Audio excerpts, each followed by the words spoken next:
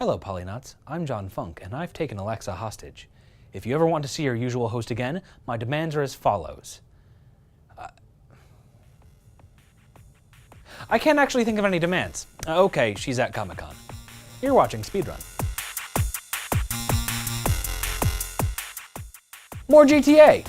Grand Theft Auto 5's online component is up and running, and Chris Plant has updated our GTA 5 review accordingly. Mr. Plant thinks that Rockstar Games should have called the current state of Grand Theft Auto Online a beta. That would have handicapped expectations and gone a long way toward helping players understand the rocky rollout. Overall, though, we weren't terribly impressed. Creating a character that doesn't resemble a half-formed hellspawn, quote-unquote, was difficult.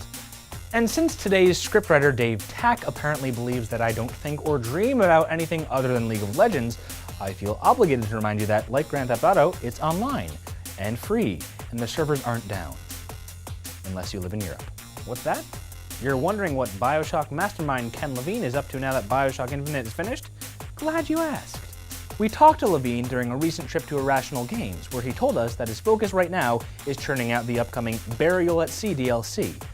But he has been toying with a bit of a thought experiment inspired by Infinite's Elizabeth, too. He wants to break narrative down into its smallest components possible and then give that to players. Then, potentially, they could recombine them into a myriad of different things. It's like the video game equivalent of Legos. Now, BioShock Infinite is great, but this one time in League of Legends I was fighting in the mid lane and then the other team came to try and gank me and... Really, Dave? That's how we're doing this? The DLC that inspired and predated Saints Row 4 will arrive on October 22nd. Developer Volition described Enter the Dominatrix as a pastiche of all the things that were cut from Saints Row 4, which naturally means a fire-breathing dragon and a Bollywood dance sequence, all wrapped up in the guise of a documentary.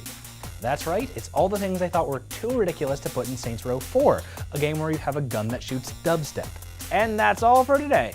Now remember, we're at New York Comic-Con all this weekend, so keep checking back for all the latest news. Now if you'll excuse me, I need to go flood our news board with some League of Legends stories.